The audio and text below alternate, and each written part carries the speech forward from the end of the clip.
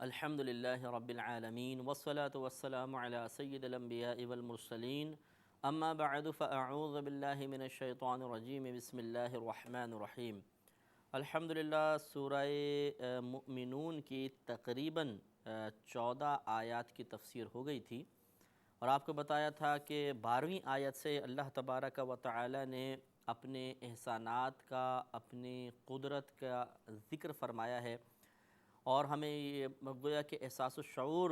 پیدا فرمایا، ہمارے اندر ہمیں احساس دلوایا، شعور بیدار فرمایا کہ ہم اللہ تبارک و تعالیٰ کی ان عظیم صناعات پر غور کریں، اس صنعت پر غور کریں، اللہ تعالیٰ کی قدرت پر غور کریں، اس کی عظمت کو تسلیم کریں اور اس کی اطاعت کی طرف مائل ہوں۔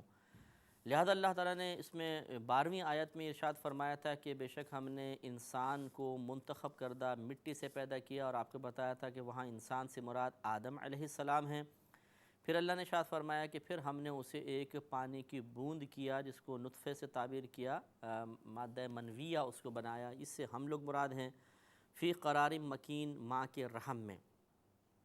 پھر اللہ نے بالترتیب وہ چیزیں بیان فرمائیں جس کو آج سائنس خود الٹرا ساؤنڈ وغیرہ کے ذریعے، کیمروں کے ذریعے دیکھ چکی ہے کہ واقعی اسی ترتیب سے بچہ جو ہے وہ پیدا ہوتا ہے، کہ پہلے مطلب وہ مرد اور عورت کا مادہ منویہ رحم میں قرار پکڑتا ہے، اس کے بعد وہ خون کے اندر تبدیل ہو جاتا ہے، پھر ایک بوٹی سی بن جاتی ہے، پھر اس کے بعد اس میں ہڈیاں پیدا ہونا شروع ہوتی ہیں، پھر اس کے بعد نقوش بنتے ہیں اور اس پہ ہڈیوں پہ گوشت آتا ہے، اور اسی ماں کے رحم سے ایک خوبصورت سا بچہ جنم لے لیتا ہے، جو بہترین تخلیق کہلائے، کہ جس کو آپ دیکھیں تو حیران رہ جائیں۔ انگلیوں کی بناوٹ، آنکھ، ناک، ماتھا، ہونٹ، کان، کتنا خوبصورت اللہ تبارک و تعالیٰ بچے کو پیدا فرماتا ہے۔ تو یہ اللہ تعالیٰ کی قدرت کی ایک عظیم نشانی ہے، اور اس سے بھی معلوم ہوا کہ یہ کتاب نبی کریم صلی اللہ علیہ وسلم کی طرف سے نہیں ہو سکتی، یعنی آپ کا اپنا کلام نہیں ہو سکتا، یقیناً یہ اللہ کا کلام ہے، اس لیے کہ نبی کریم صلی اللہ علیہ وسلم نے 40 سالہ مکی زندگی، جو ابتدائی زندگی ہے، اس میں کوئی ایسا تو نہیں تھا کہ آپ آپریشن کرتے رہے تھے، اور خصوصاً خواتین سے کیا تعلق نبی کریم کا کہ آپ نے تمام چیزیں ملاحظہ کی ہوں، یا اس میں سائنسی ترقی اتنی زیادہ ہوئی ہو کہ ایسی ایجادات ہو گئی ہوں کہ پیٹ کے تمام معاملات ظاہر کر دیے گئے، کچھ بھی نہیں، یقیناً یہ اللہ کے بتانے سے ہے، اور اللہ تبارک و تعالیٰ نے ان چیزوں کو ظاہر فرمایا۔ اس سے معلوم ہوا کہ یہ کتاب یقیناً نبی کریم کا کلام نہیں ہے، بلکہ اس ذات کا کلام ہے جو ہر ظاہر اور پوشیدہ چیز کو جانتی ہے۔ آج سے کم و بیش 1500 سال پہلے اللہ نے وہ ترتیب ذکر فرما دی جو ترتیب آج سائنس مانتی ہے، اور اپنے جدید آلات کی بنا پر وہ دیکھ رہی ہے کہ ماں کے رحم میں ان چیزوں میں کس طرح تبدیلی واقع ہوتی ہے، بعینہ ہی وہی ترتیب ہے جو اللہ نے بیان فرمائی، اس لیے اس کتاب کو حق ماننا یہ لازم ہے۔ اور اس میں آپ غور فرمائیے کہ مادہ منوی اگر آپ دیکھیں تو پانی کی ایک بوند سی نظر آئے گا، پھر اسی سے اللہ تبارک و تعالیٰ کس طریقے سے انسان کو پیدا فرماتا ہے، عقل حیران رہ جاتی ہے، کہ پھر اس میں گوشت، ہڈیاں، پھر آنکھوں کی الگ مطلب جو جس چیز سے آنکھ بنتی ہے اس کا مادہ علیحدہ ہے، گوشت کی ترکیب علیحدہ ہے، ہڈیوں کی علیحدہ ہے، ناخن کی علیحدہ ہے، دانت کی علیحدہ ہے، پھر پورے جسم میں اللہ تعالیٰ اسی جسم میں ایک ایسی فیکٹری گویا کہ قائم کر دیتا ہے کہ جو ساری زندگی بال بناتی رہتی ہے، ناخن پیدا کرتی رہتی ہے، پھر وہ نشو و گوشت بڑھاتی رہتی ہے۔ تو کیا نظام ہے اللہ تعالیٰ کا! انسان اگر اپنی صرف ذات پر غور و تفکر کرے تو حقیقتاً اللہ تبارک و تعالیٰ کی عظمت اور قدرت پر حیران رہ جائے کہ اللہ تعالیٰ بڑی عظیم قدرت والا ہے۔ تو یہ اللہ نے ارشاد فرمایا ترتیب سے کہ ثم جعلناہ نطفۃ فی قرار مکین، پھر ہم نے اسے یعنی آدم علیہ السلام کی نسل کو ایک نطفہ بنایا، پانی کی ایک بوند بنایا، ایک مضبوط ٹھہرنے کے مقام میں، ماں کا رحم مراد ہے۔ ثم خلقنا النطفۃ علقۃ، پھر ہم نے بنایا اس نطفے کو ایک گوشت کی پھٹک، خون کی پھٹک، یعنی خون کا سا ایسے لوتھڑا سا بن گیا۔ فخلقنا العلقۃ مضغۃ، پھر بنایا ہم نے اس خون کی پھٹک کو گوشت کی ایک بوٹی کی طرح۔ فخلقنا المضغۃ عظاما، پھر ہم نے پیدا کیا اس گوشت کی بوٹی کے اندر ہڈیاں۔ فکسونا العظام لحما، پھر ان ہڈیوں کو ہم نے گوشت پہنا دیا، یعنی گوشت ان پہ چڑھا دیا۔ ثم انشأناہ خلقا آخر، پھر ہم نے اسے ایک اور صورت میں بڑھایا، پیدا کیا، بڑھایا، اس میں نشو و نما دی۔ یعنی کیا کہ پھر ہم جیسے باہر آئے تو پھر اللہ تبارک و تعالی ہمیں ترقی دیتا ہے، ہمیں آہستہ آہستہ بولنا آ جاتا ہے، چیزوں کو سمجھنا، شعور بیدار ہو جاتا ہے۔ اس طرح اللہ نے نشو و نما دی۔ فتبارک اللہ احسن الخالقین، تو اللہ تبارک و تعالی بڑی برکت والا ہے، احسن الخالقین، اللہ سب سے بہتر بنانے والا ہے۔ سب سے بہتر بنانے والا ہے مطلب یہ کہ دنیا کے اندر بہت سے لوگ مختلف چیزیں بنا سکتے ہیں اللہ کی عطا سے، بت بناتے ہیں، مجسمے تراشتے ہیں، اور بھی جتنے اہل فن ہیں مختلف چیزیں بناتے ہیں، لیکن کیا کوئی اللہ تعالیٰ کے مقابلے میں چیز بنا سکتا ہے؟ بالکل بھی نہیں۔ اگر آپ ایک مچھر ہی لے لیں، کبھی آپ مچھر ماریں تو اس کو ذرا کسی بڑی خوردبین وغیرہ سے یا دوربین سے، کوئی ایسا آتش شیشہ وغیرہ ہو، اس سے آپ ذرا دیکھیے بڑا کر کے، آپ حیران رہ جائیں گے کہ واقعی اللہ تبارک و تعالیٰ نے اتنے چھوٹے سے اور اتنے نازک ترین اس کیڑے میں کیا کیا چیزیں پیدا فرمائی، انسانی عقل حیران رہ جاتی ہے کہ اتنی سی چیز کے اندر اللہ نے سب کچھ پیدا کر دیا۔ اس کے دل بھی ہے، اس کے نظام ہضم بنایا ہے، اور مطلب پیر اس کے ہیں، پر اس کے ہیں، آنکھیں ہیں، وہ اس کے سونگھنے کی حس کو انتہائی تیز کر دیا ہے۔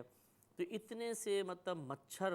کو اگر ہم بنانا چاہیں، اسی نازک ترین مچھر کو، تو پورے دنیا مل کر ایک مچھر نہیں بنا سکتی، اور اللہ تبارک و تعالیٰ نے ایسی کروڑوں مخلوق پیدا فرمائی ہے۔ تو یقیناً احسن الخالقین، اللہ تبارک و تعالیٰ تمام پیدا کرنے والوں میں، چیزوں کو بنانے والوں میں سے سب سے بہتر ہے۔ ثم انکم بعد ذلک لمیتون، پھر اس کے بعد تم ضرور مرنے والے ہو، یعنی جب اپنی عمر پوری کر لو گے تو پھر ضرور تمہیں موت آئے گی۔ ثم انکم یوم القیامت تبعثون، پھر بے شک تم قیامت کے دن اٹھائے جاؤ گے۔ اس سے معلوم ہوا کہ پچھلے مضامین سے آپ کو ظاہر ہے، جیسے میں نے عرض کیا کہ یہ کسی مخلوق کا کلام نہیں، کیونکہ اس زمانے میں جب قرآن کا نزول ہو رہا تھا یہ سائنسی ترقی کوئی تھی کہ ماں کے رحم کے تمام حالات ہمیں معلوم ہو جاتے، یہ بھی اب پتہ چلے ہیں۔ اس سے پہلے تو مطلب جدید سائنسی دور میں داخل ہونے کے باوجود بہت سی چیزیں ہم پر مخفی تھیں، یہ تو اب ایجادات ہوتی گئی ہیں۔ آج 1500 سال بعد تو ہم ماں کے رحم کے اندر چیزوں پر مطلع ہوئے ہیں، اس تغیر و تبدل، اس تبدیلی کو ہم نے جان لیا ہے۔ تو آج سے 1500 سال پہلے کے ماحول کو ذہن میں لے کر آئیں، جب ایسی کوئی ایجاد نہیں تھی، تو یقینی سی بات ہے کہ کوئی شخص اپنی طرف سے تو نہیں بتا سکتا، اللہ نے ہی بتایا۔ تو معلوم ہوا کہ اس قرآن پاک کے بے شمار مضامین ایسے ہیں جو پکار کر یہ کہہ رہے ہیں، بے شمار آیات یہ کہہ رہی ہیں کہ کسی مخلوق کا کلام ہو ہی نہیں سکتا، یہ ایک ایسی ذات کا کلام ہے جو ان تمام امور کو جانتی ہے۔ جب یہ ثابت ہو گیا کہ یہ حق کلام ہے، ایک ایسی ذات کا کلام ہے کہ جو تمام امور کو جانتی ہے، بڑی قدرت والی ہے، بڑی عظمت والی ہے، تو پھر اس کے بعد یہ بھی ہمیں ماننا پڑے گا کہ اس میں جو اس نے بات بیان فرمائی وہ حق ہے، سچ ہے، ضرور ظہور پذیر ہوگی۔ لہٰذا اللہ نے فرمایا اس کے بعد تم مرو گے، ثم انکم یوم القیامت تبعثون، پھر تم سب قیامت کے دن اٹھائے جاؤ گے۔ تو جب اللہ نے یہ حکم فرما دیا، یہ خبر دے دی، تو لازم بات ہے کہ یہ عقیدہ رکھنا فرض ہو گیا کہ ہمیں بروز قیامت اٹھایا جائے گا۔ لہذا سب کو دعوت فکر ہے اس کے مضامین پہ غور و تفکر کرنے کے بعد پھر اس خبر پر غور و تفکر کریں کہ باقی تمام عقیدے باطل ہیں، کہ انسان مر کر مٹی میں مل گیا، فنا ہو گیا، مر کر مٹی میں مل گیا، اب اس کے بعد کوئی زندگی نہیں، یہ بھی غلط۔ یہ بھی غلط ہے کہ انسان 7 جنم لے گا یا 6 جنم لے گا، پھر دنیا کے اندر ہی بس ختم ہو جائے گا، آخرت کا کوئی تصور نہ ہو، یہ سب غلط ہیں۔ آخرت کا بالکل تصور ہے، جنت ہے، دوزخ ہے، اللہ کی بارگاہ میں اٹھائے جائیں گے، وہاں حساب و کتاب ہوگا، اچھے عمل کرنے والے، اللہ کی رضا پانے والے جنت میں جائیں گے، اور جو رضا حاصل کرنے میں ناکام رہے، اللہ کے غضب اور ناراضگی میں گرفتار رہے، وہ جہنم میں جائیں گے۔ کتاب انزلناه الیک مبارک لیدبروا آیاته ولیتذکر اولو الالباب۔ وَلَقَدْ خَلَقْنَا فَوْقَكُمْ سَبْعَ طَرَائِقَ، اور ضرور بے شک ہم نے پیدا کیے تمہارے اوپر 7 راستے۔ اس سے مراد 7 آسمان ہیں کہ جن سے باقاعدہ فرشتے آتے ہیں اور مختلف امور اللہ کے حکم سے سر انجام دیتے ہیں، لہٰذا یہ وہ 7 راستے اللہ نے ذکر فرمائے۔ وَمَا كُنَّا عَنِ الْخَلْقِ غَافِلِينَ، اور ہم مخلوق سے بے خبر نہیں ہیں۔ اب مخلوق سے بے خبر نہیں ہے، مخلوق اسے جس کو اللہ نے پیدا فرمایا، جو پہلے نہیں تھی بعد میں پیدا کی گئی، اسے مخلوق کہتے ہیں۔ اور اللہ نے فرمایا مخلوق سے غافل نہیں ہے، اس کا مطلب یہ ہے کہ جتنی کائنات میں مخلوق ہیں، جتنی کائنات میں اللہ نے چیزیں پیدا کی ہیں، ان کسی سے اللہ غافل نہیں ہے۔ تو اب یہ خود اب اسی پوائنٹ پہ بس غور کر لیجئے کہ اللہ کتنی قدرت والا ہے، کتنی عظمت والا ہے، اس کی صفات میں کتنی وسعت ہے کہ ہماری ذہنی رسائی اس کی صفات تک بھی نہیں ہو سکتی، اس کا احاطہ نہیں کر سکتی، ذات تو بہت دور کی بات ہے۔ تو آپ غور فرمائیے کہ جتنی مخلوق ہیں اللہ تعالیٰ فرماتے ہیں میں ان سے غافل نہیں۔ مخلوق میں اگر آپ جاندار میں لے لیں، انسان، جن، فرشتے، چرندے، چرنے والے، پرندے، اڑنے والے، درندے، پھاڑ کھانے والے، سمندر کی مخلوق، پھر بیکٹیریاز وغیرہ جو ہمیں نظر بھی نہیں آتے، جراثیم فضا میں اڑ رہے ہیں، آپ مطلب اسٹیلسکوپ سے دیکھیں گے تو پھر آپ کو نظر آئے گا۔ اللہ تعالیٰ نے ان تمام کو پیدا فرمایا اور فرماتا ہے میں ہم کسی چیز سے غافل نہیں ہیں، کسی مخلوق سے غافل نہیں ہیں۔ تو آپ اندازہ کریں ایک ہی وقت میں اس طرح سمندر کی آپ مثال لے لیجئے، تقریباً 13,000 قسم کی مچھلیوں کی اقسام تو ابھی جمع کی گئی ہیں ایک شوکیس میں، ایکویریم بہت بڑا بنایا، آپ نے بھی شاید اخبار وغیرہ میں پڑھا ہوگا، 13,000 قسم کی مچھلیاں جمع کی ہیں۔ تو وہ ہیں جو نالج میں آ گئی ہیں، جو ابھی اور اتنی ہزاروں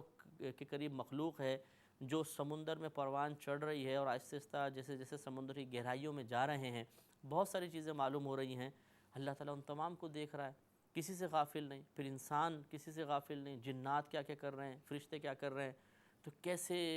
وہ توجہ فرماتا ہوگا۔ جب آپ اس پہ غور و تفکر کرنے لگیں گے تو عقل تھک جائے گی، دنگ رہ جائے گی، اور عقل ہمیں کہے گی کہ بس اس ذات کی اس صفت پر غور کرنا یہ ہمارے بس کی بات نہیں ہے، وہ بڑی عظیم قدرت والا ہے۔ تو کیا اچھا نہیں ہے کہ ہم ایسی عظیم قدرت رکھنے والے پر ایمان لے کر آئیں، اس کا کہنا مانیں، اس کے دامن رحمت کو تھام لیں، اس کے حکم کو پورا کریں، اس کی اطاعت کریں، وہ جس چیز کا ہمیں حکم دے ہم اس کو مان لیں، تو یہی سعادت کی بات ہے۔ آگے مزید احسان یاد دلایا، وَأَنزَلْنَا مِنَ السَّمَاءِ مَاءً بِقَدَرٍ فَأَسْكَنَّاهُ فِي الْأَرْضِ، اور ہم نے آسمان سے پانی اتارا ایک اندازے کے مطابق، پھر اسے زمین میں ٹھہرایا۔ اندازے کے مطابق کا مطلب یہ کہ اللہ تبارک و تعالیٰ جب بارش نازل فرماتا ہے تو وہ بڑی حکمت کے ساتھ نازل فرماتا ہے۔ یہ الگ بات ہے کہ جیسے ابھی بارشوں کا سلسلہ ہے تو ہمیں بعض اوقات یہ بارشیں بوجھ محسوس ہوتی ہیں کہ زیادہ ہمیں اضافی محسوس ہوتا ہے، مطلب پانی کہ بھئی سیلاب آ گیا، یہ ہو گیا، وہ ہو گیا، لیکن اللہ تعالیٰ بہتر جانتا ہے کہ پانی کو زمین میں کتنے حد تک رکھنا ہے، کتنے عرصے تک یہ پانی چلے گا، اس کے بعد مخلوق پانی کے لیے کتنے عرصے بعد ترسے گی، کب دوبارہ بارش کرنی ہے، یہ سب اندازے کے ساتھ اللہ تعالیٰ بارش کو نازل فرماتا ہے، اور پھر اللہ نے ارشاد فرمایا اسے زمین میں قرار دیتے ہیں۔ اگر یہ پانی کے ٹھہرنے کا انتظام نہ ہوتا تو یقینی سی بات ہے کہ پوری دنیا تباہ و برباد ہو جاتی۔ آپ سمندر کی مثالیں لے لیں، وہ لہریں آتی ہیں لیکن ساحل پر آ کر پھر رک جاتی ہیں، پھر وہ مطلب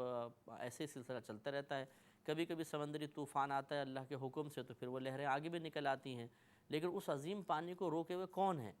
اگر اللہ تعالیٰ حکم دے دے تو وہی ہوائیں جو اسے ساحل تک لے کر آ رہی ہیں، کیا وہ ہوائیں اسے پھر شہر کے اوپر نہیں چڑھا سکتی؟ بالکل چڑھا سکتی ہیں، اور ہوتا بھی ہے کبھی کبھار، لیکن یہ اللہ کے حکم سے پانی ٹھہرا ہوا ہے۔ تو اللہ نے زمین پہ پانی کو ٹھہرایا، وَإِنَّ عَلَىٰ ذِهَابٍ بِهِ لَقَادِرُونَ، اور بے شک ہم اس پانی کو لے جانے پر بھی قادر ہیں، کہ وہ بھاپ بن کر اڑ جاتا ہے، زمین میں جذب ہو جاتا ہے، پھر زمین میں پانی کے ذخائر ختم ہو جاتے ہیں، اور سائنسی تحقیق کے مطابق تیزی کے ساتھ پانی کے ذخائر ختم ہو رہے ہیں، لیکن تشویش کی ضرورت نہیں ہے، یہ نظام کائنات اللہ تعالیٰ چلا رہا ہے۔ جب پانی کی کمی ہوگی وہ اسی طریقے سے مسلسل بارشیں برسا کر اس پانی کی کمی کو پھر پورا فرما دے گا۔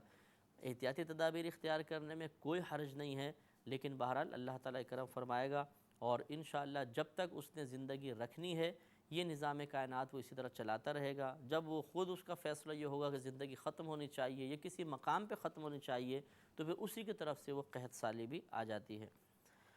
فَأَنشَأْنَا لَكُمْ بِهِ جَنَّاتٍ مِّن نَخِيلٍ وَأَعْنَابٍ، تو اس سے ہم نے یعنی اس پانی سے ہم نے تمہارے لیے باغات پیدا فرمائے کھجوروں کے اور انگوروں کے، لَكُمْ فِيهَا فَوَاكِهُ كَثِيرَةٌ، تمہارے لیے ان میں بہت سے میوے ہیں، یعنی ہم ان پانی سے ہی وہ پودے اگتے ہیں، پھر ان سے مختلف قسم کے میوے کھاتے ہیں، وَمِنْهَا تَأْكُلُونَ اور ان میں سے تم کھاتے ہو، بہت سارے میوے کھاتے ہو۔ تو اب آپ میوے کھاتے ہوئے ہمیں غور کرنا چاہیے کہ ایک ہی زمین ہے،